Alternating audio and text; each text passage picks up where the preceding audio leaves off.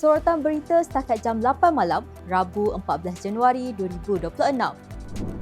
Perdana Menteri Anwar Ibrahim mengucapkan selamat bersidang kepada semua pimpinan dan perwakilan sempena Perhimpunan Agong UMNO 2025 yang berlangsung bermula hari ini hingga Sabtu. Anwar pada masa sama berharap persidangan UMNO kali ini akan berlangsung dengan penuh tertib, wacana bernas berpaksikan kepada rakyat serta menyumbang kepada pengukuhan perpaduan nasional demi sebuah Malaysia yang madani. Jemaah Menteri berpuas hati dengan penjelasan Menteri Pertahanan Khalid Nordin berhubung beberapa isu melibatkan Angkatan Tentera Malaysia dan ia akan disusuli dengan tindakan lanjut, kata Jurucakap Kerajaan Fahmi Fazil.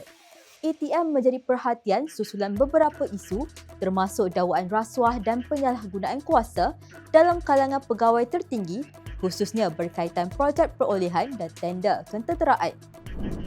Naib Presiden PAS Idris Ahmad mencabar Presiden UMNO Zahid Hamidi untuk terus bersaing secara sihat di medan politik sambil menegaskan tiada keperluan untuk kedua-dua parti itu dibubarkan demi agenda di luar kerangka demokrasi.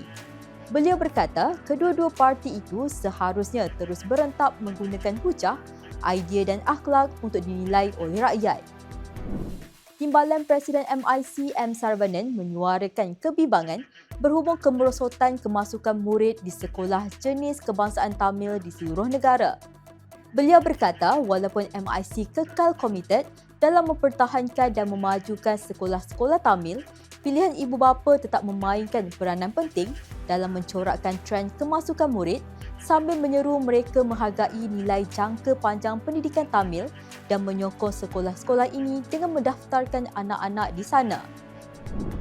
Dakwaan harga makanan mahal di kantin sekolah perlu dilihat secara terperinci kerana sebarang kenaikan perlu mendapat persetujuan pentadbir sekolah serta Persatuan Ibu Bapa dan Guru, kata Persatuan Pengusaha Kantin Sekolah Malaysia.